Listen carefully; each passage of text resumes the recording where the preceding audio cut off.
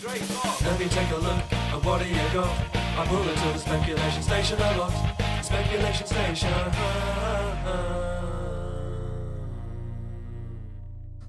Do me some Christmas chitter-chatter as I pull out. God, I've always enjoyed Christmas. What are you getting for Christmas anyway? Oh, hopefully socks. I always need more socks. I actually legitimately that is need the thing that socks. people often. I can never have enough pants or socks. To be fair, boxes and if socks. you want to get me those for Christmas, I'm quite happy. And other than that, I mean, we've had Lego in a previous episode, but I would like Lego. I love Lego for Christmas. I got that so many years in a row. Yeah, I could always use more Lego. I sort of lack Lego these days, as discussed. But as an adult, the presents are less important than just the spending time with overall atmosphere of hanging Christmas. out with people, whether it be friends, family, Yeah. or just the people you care about, for sure. Exactly. Yeah, I'm with you. So Christmas is wonderful. Hey, happy Christmas. Happy Christmas. Woo. And happy Christmas to all you at home. Oh. This is our Christmas special. Who's this? Who's joined us for Well, Christmas? the speculators. Our speculators. Well, welcome to a very special Christmas, the first Christmas episode of the Speculation Station podcast. Happy Christmas, everyone. Yes, We're very it's happy to good. have you. Yeah, we're ready for Christmas. We've been waiting. We've got all these little things around. We've got Christmas chocolate. things, so you know it's Christmas. And Will's brought me a present. Although, to be honest, podcast listeners won't know it's Christmas until we talk a lot about Christmas. Okay, so It's Christmas. jingle bells, jingle bells, jingle all the way. I hope that's not a copyright tune. This must be out of copyright. Probably. These days. Yeah. We'll have to check that. So, this is the Speculation Station podcast. One of us is the interrogator, and that's me this week. I'm Will, and this is I'm Tom. I'm the speculator this week, or the Christmas-later. the Christmas speculum. The specular Christmaser. No. Either way, I've brought in a Christmas-related object. My God. I know, and Tom's going to speculate upon it, hopefully in a Christmassy fashion. Well, I shall do my darndest. And when I pull off questions from the deck, the question deck, I'm going to try and make the Christmas theme, but we'll see how that goes. Oh, good luck with that. Don't move my glass. How dare you? I know he drinks. All right. So, Bring out the object. you I'm ready. I'm ready to go. By the way, let's just remark on what we've got. For the listeners, we have a Christmas doormat that says Merry Christmas, and it has a couple of Christmas crackers and a whole bunch of dog hair on it. Yeah. We have some chocolate coinage, which is, of course, a must-have for Christmas, except white chocolate. Yeah, some small snowmen puffs. Which are they're meant to be snowballs, a couple of snowballs that are very right. fluffy. There's 4 of those. Christmas tree with lights. Tiny plastic Christmas tree with lights, lovely. A Christmas Santa, although I have seen in recent years the cheapness of production of these things. They have this shape, and at Easter, it's a bunny, and at Christmas, it's Santa. But they're all the same shape. It's just they put on a different wrapper for each one. It can be really that's cheap. hilarious. This one, I would imagine, probably looks like Santa underneath as well. But I do have a Christmas object for you hidden beneath the table. I'm ready. I've been waiting for Christmas morn. You're wearing Christmas sunglasses. I'm wearing a Christmas hat. I can't tell if your eyes are closed, but I'm going to trust you. Please close your eyes. Here comes the Christmas object. I'm going to put it in your hands, and I want you to guess what it is before you open them. It's an advent calendar. Okay, open your eyes. It's an advent calendar. You're quite right. Excellent. This is the best Christmas object there is. I mean, it's pretty good. Are we going to open them? Since it is the 25th of December. Well, it totally might be the 25th of December when we show this episode. But did you have advent calendars when you were a kid? Of course, yes. Oh, we didn't. We What? didn't have advent calendars, really. Well, my parents disapproved of them, I think, a little bit. Okay. But I think it's the idea of the traditional ones, you don't have chocolate, which is ludicrous. Oh, it's really ludicrous. Why have an advent calendar? But I think, I guess if you take the holiday more religiously significantly, Yes. then perhaps. But the whole point of Christmas is lovely food, presents, chocolate's like a mini present. You get that every day waiting for Christmas, and it sort of keeps you going until Christmas as a kid. That's very true. And especially for kids, the anticipation of Christmas it's is the build-up. almost impossible to deal with because you're so Sorry. excited. So advent calendars allow you to kind of build up to that in a normal way. Is he going for number 1? Here he goes. What have you got? You got to tell me what shape of chocolate you've got? It's sort of a bit of poo. Oh, what? It doesn't look like anything at all. May I? Let's have a look at it in... Now, that is absolutely mad. This Has is any idea what that Cadbury's. is? It's a reindeer. Oh, it is a reindeer, you're right. Hang on, can you hold it to the camera? Hang on. Which way up is it? I have no idea because it's so difficult. I'm just going to eat Is this that elf. way up? So I can focus the camera. Do you want to put it in the light? Because, people want to see this. So yes, that's clearly a reindeer. I mean, to you it's clearly a reindeer. I've already eaten. Well, I'm going to have it right now because I have to ask some questions. Okay, let's take a question off the deck. Well, the first question is it possible to use this as a motivational aid? I mean, it literally is a motivational aid. It's a motivational aid that says, wait the fuck till Christmas. Okay. You lazy bastard. How- You don't get your presents now, you get your presents later if you're a good boy. Slash girl. How could one Slash use it? non-binary. How could one use it as a motivational aid for something that's not connected to Christmas? How could I get somebody who maybe is... Well, that's simple. You change the branding. Oh, yes. You paint over it, maybe. Yes. So simple. You put numbers. It's got 25 numbers. Yeah. So that this could be a month where you're deciding you're going to stick to a new routine. Yeah, maybe So cut a out workout drinking, routine, smoking, meat. yeah. Something like that, yeah, if you want to be a vegetarian. If Yeah. you're that crazy. Well, maybe for a vegetarian, if somebody wants to be a vegetarian, in the first few doors, it's all meat. Yes. And as you get to the middle, it's meat mixed with Yeah, vegetables, and as you get to the end, it's pure vegetables. So you've weaned yourself off. I guess if you're going to the ketogenic diet as well, you can start with like pure sugar, And at the work your way end- down to kale. I was going to say, it's kale at the end, yes. Just kale or off meat. Don't they have fat in the ketogenic diet?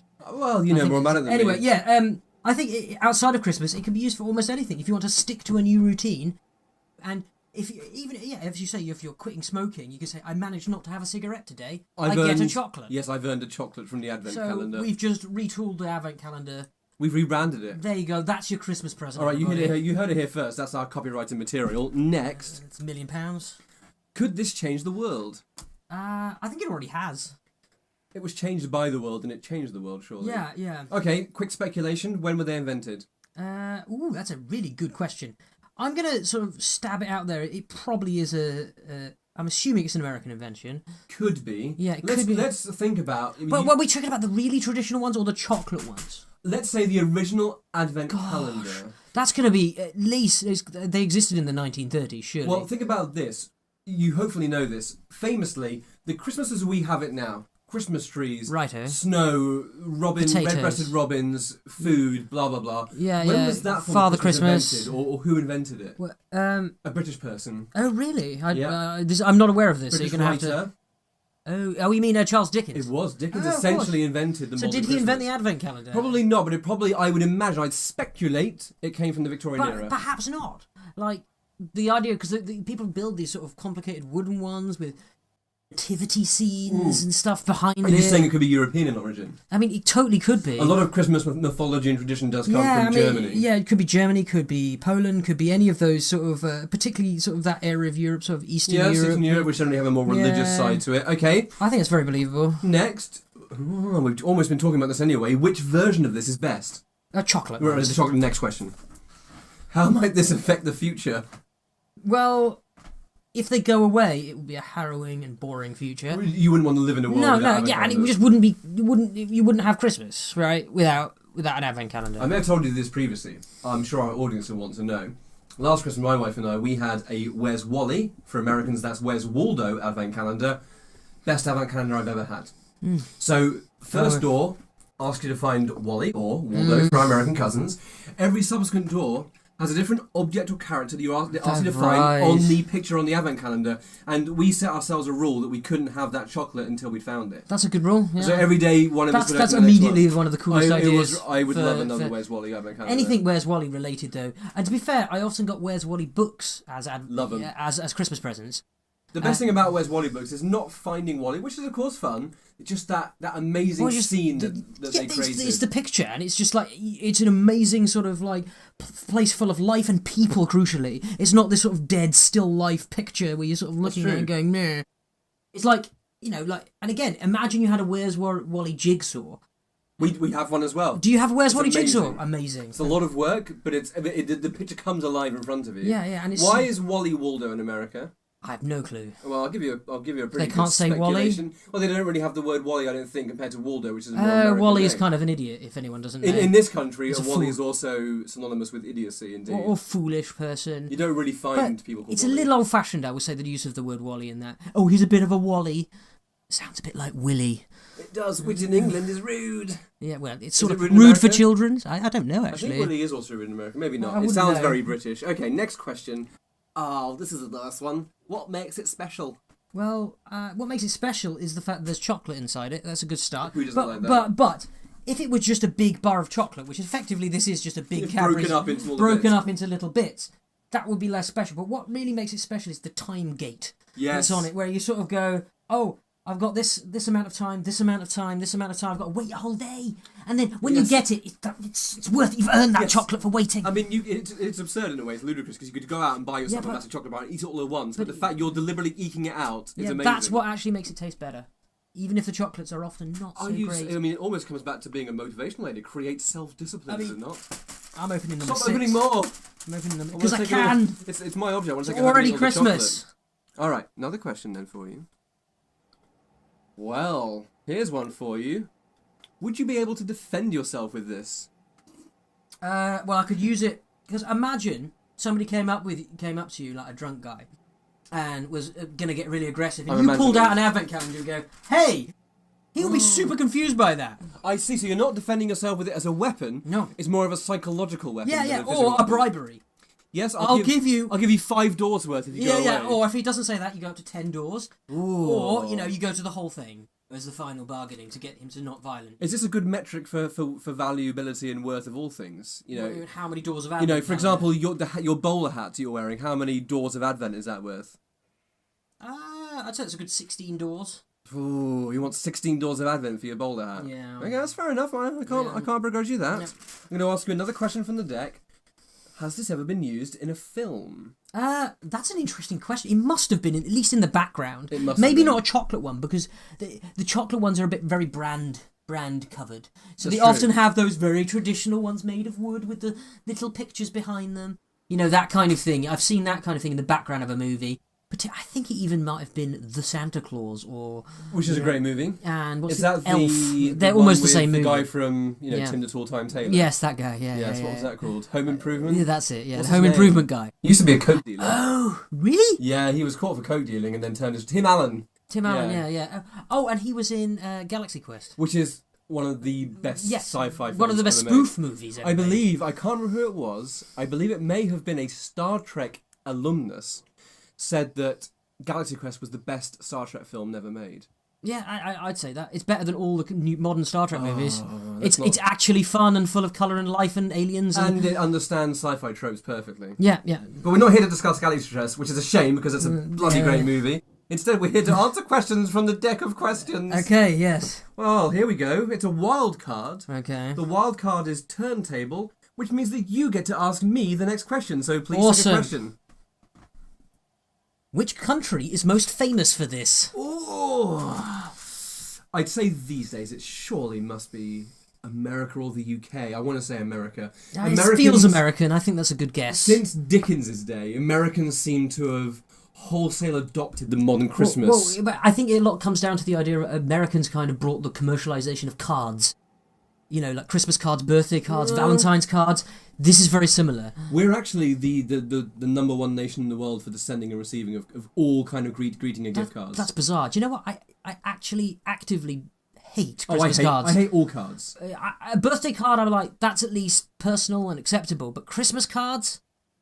No. I never send... Sorry, everybody. I never send them. Don't care.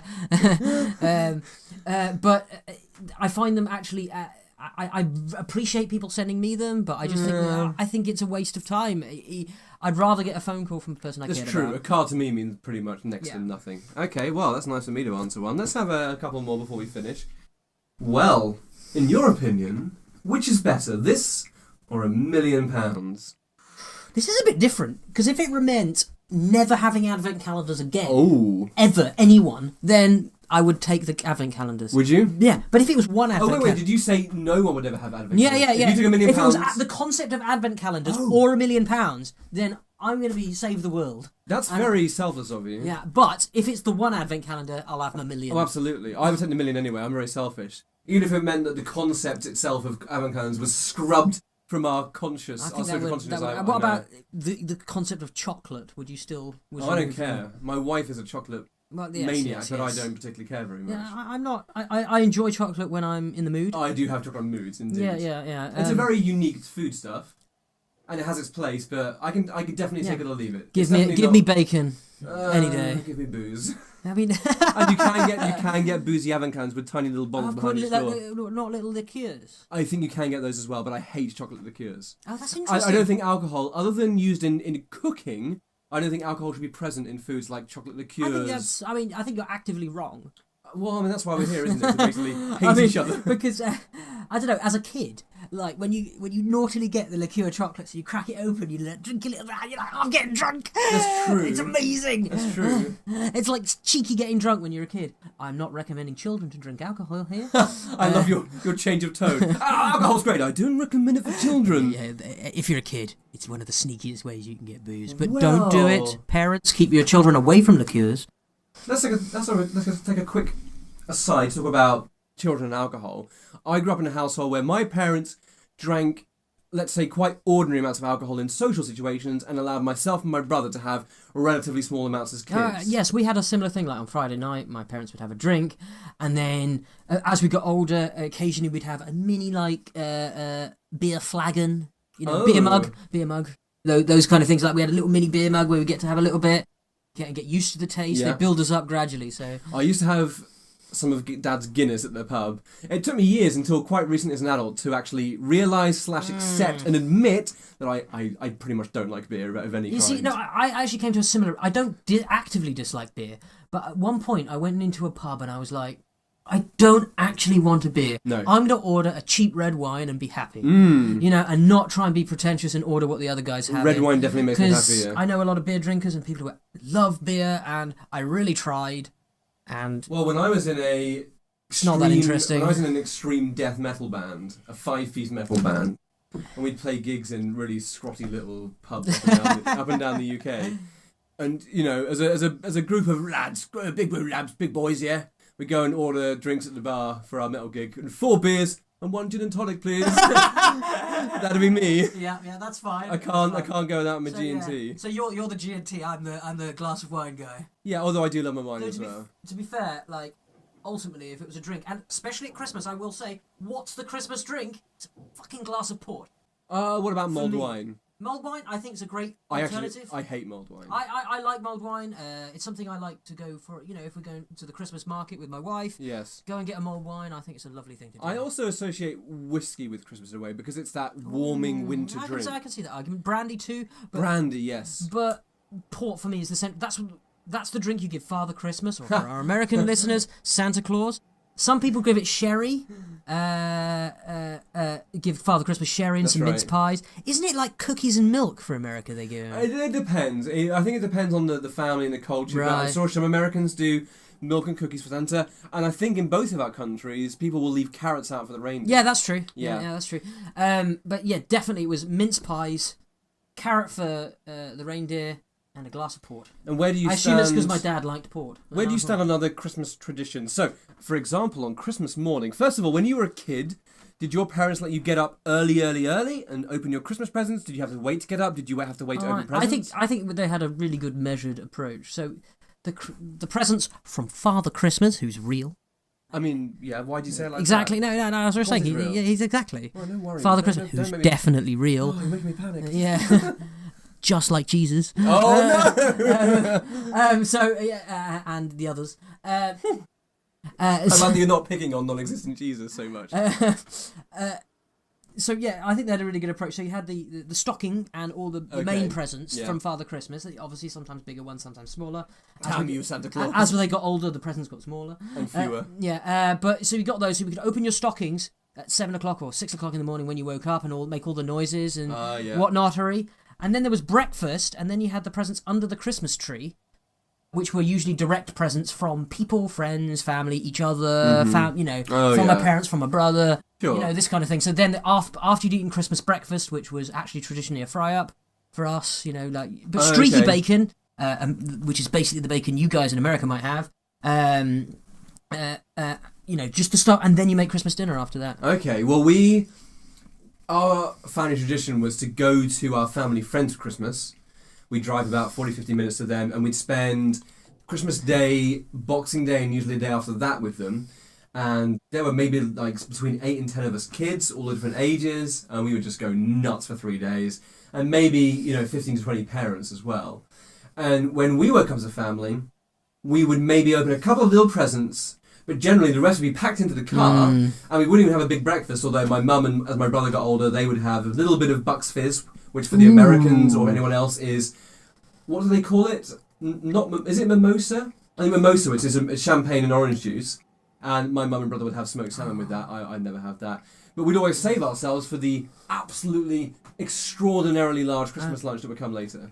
When I was working, you mind me because of Bucks Fizz. I don't know how that's a real connection, but when I was working on a pantomime, which is a big British tradition around Christmas, I don't know. It's like a funny theatre play. Yeah, really old-fashioned and weird. Has a famous thing called The Dame, where a guy dresses up as a girl, and then the main character is a girl who dresses up as a boy. It's very over the top, very camp, and there's a lot of audience participation. And loads of audience participation, loads of sort of comical references to the current affairs. It's almost, now I think about it, it's almost like the Rocky Horror Picture Show in terms of performed live. Yeah, but with kind a more of. Christmassy bent or with an old story like Cinderella or Aladdin. And it's really silly. It's both for kids. It's more for families. It is for families. I kind of actively hate them in my soul a little bit, even though I've been in one. Yes, and you must have seen a lot. I've seen. What's the other major cultural factor of pantomimes, would you say? Oh. What's the big deal in the UK of people? Oh, famous people in pantomime. But not famous people as such. Sort of famous. Sort of famous people. Yes, C-list or Z-list. Z-list for celebrities. But I mean, there are plenty of pantomimes which is just local. Your local pantomime, which just has random local people. Well, ours where we live has local celebs in. Yeah. But also a couple of slightly famous celebs. Yeah, and it's really anyway. So I was in a pantomime, and it's just like it reminded me because I was with all the actors and stuff afterwards. After every single one, we used to go and have champagne cocktails, which is basically brandy, champagne, and some sugar cubes. So it goes, wow, and you drink that. That's a lot. And it just got really, really hammered. But it's kind of like energized hammered. Does it taste nice? Oh, it super does. Oh, really? Oh, it's hard as fuck. I'm not a massive fan of brandy or champagne, but I'll take sugar any day. Oh, yeah, no, it's something else. It's an experience in and of itself. Okay. It was a very sort of, it was a very theatrical experience, let's say. I have a question for you. Yes. Sort of. Can you think of what may have been your very worst Christmas present that you ever received? Oh gosh. I don't think I can think of one, to be honest. I think generally I'm you're quite so happy to get at a Christmas. present. Yeah. Can you think of a great one that stands out in your memory? A really good present from your childhood, perhaps? That's a really difficult question. In terms of like great presents, God, as a kid, you know what? I think this might sound really silly, but for all the years leading up, we always asked for things like PlayStations. Oh yeah. And Sega Dreamcasts. Yeah. And all this kind of stuff. We never got one ever. But one Christmas, after we got our exams, we did get a PlayStation 2. Oh really? So that was really nice. Wow. So that one, I can't think of any. It's amazing I can't think of any specific No. presents I actually got as a kid. No, like what I really used to really love was just the best part is not the specific big presents I actually found. Yeah. Was the stocking presents, which is you've got to have your Satsuma in there, of course. Well. The things that make noise, chocolate coins. Yes, we'll come back to songs in a moment. I remember one of my favourite Christmas presents I ever got was a tennis racket. When I was about 10, and I just started playing tennis at school. And like kids, when they adopt something, they get pretty into it if it's something they enjoy. So I was really into tennis. And my parents bought me a tennis racket. It had a white rim, but all the strings were multicoloured. And this was the 90s. Well, talking of tennis rackets, when I got my fancy tennis racket, when I was having my tennis phase, did you ever get one of those things, those little rubbery things that's supposed to go in between? It sits on the strings. Yeah. It absorbs pressure or something. Yeah, it doesn't. It does No, nothing. not at all. It just makes you seem cool. Sorry, going back to the stockings, which Yeah. sometimes can be literally a stocking, sometimes a big sock, or in my family, a pillowcase, which is also the case in my wife's family. No. So in my wife's family, stockings or pillowcases are full of ordinary stuff. So it might be a new toothbrush, a Satsuma. Yeah, this that's a guaranteed happens. This tradition, happens. Yeah. And then things like toothpaste, Or a maybe laser- a notepad. a laser pointer. No, that's too exciting for my wife's family. Oh. It needs to be really functional. Cass wants to say something. Go on then.